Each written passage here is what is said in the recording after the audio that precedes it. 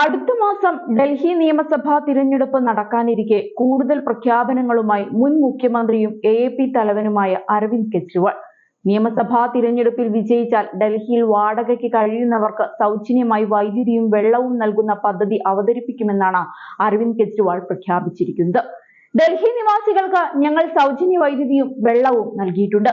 എന്നിരുന്നാലും ഈ ആനുകൂല്യങ്ങൾ വാടകക്കാർക്ക് ലഭിക്കുന്നില്ല എന്നത് ഖേദകരമാണ്.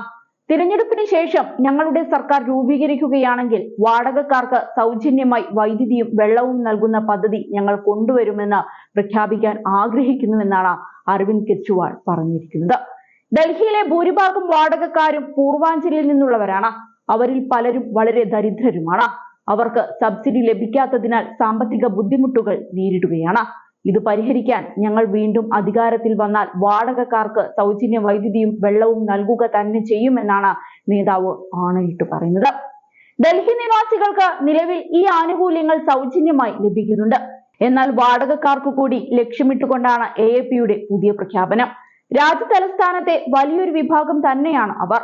അതുകൊണ്ട് തന്നെ ഇത്തരമൊരു പ്രഖ്യാപനം വരുമ്പോൾ മറ്റു പാർട്ടികളും ഏറെ ആകാംക്ഷയോടെയാണ് ഉറ്റുനോക്കുന്നത്.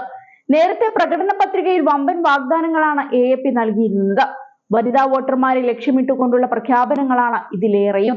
തിരഞ്ഞെടുപ്പിൽ വിജയിച്ചാൽ ഡൽഹിയിലെ വനിതാ വോട്ടർമാർക്കുള്ള പ്രതിമാസ ധനസഹായം 1000 രൂപയിൽ നിന്ന് 2100 രൂപയായി ഇരട്ടിയാക്കുമെന്ന വാഗ്ദാനമാണ് പാർട്ടി പ്രഖ്യാപിച്ച ഏറ്റവും പ്രധാനപ്പെട്ടത്.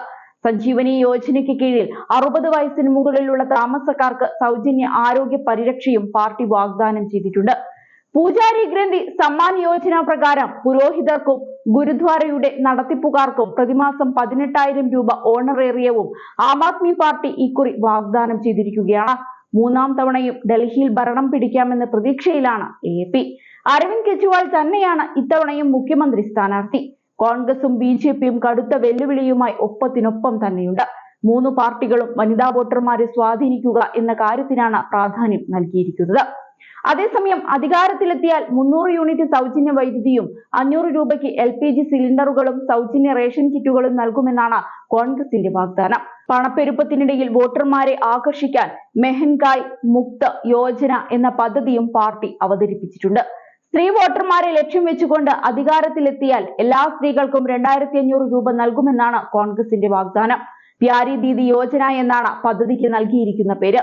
25 ലക്ഷം രൂപ വരെ സൗജന്യ ആരോഗ്യ പരിരക്ഷ വാഗ്ദാനം ചെയ്യുന്ന ജീവൻ രക്ഷാ യോജന എന്ന പേരിൽ മറ്റൊരു പദ്ധതിയും കോൺഗ്രസ് പ്രഖ്യാപിച്ചിട്ടുണ്ട്. അധികാരത്തിലെത്തിയാൽ വിദ്യാസമ്പന്നരും തൊഴിലില്ലാത്തവരുമായ യുവാക്കൾക്ക് 1 വർഷത്തേക്ക് എല്ലാ മാസവും 8500 രൂപ നൽകും എന്നാണ് മറ്റൊരു വാഗ്ദാനം.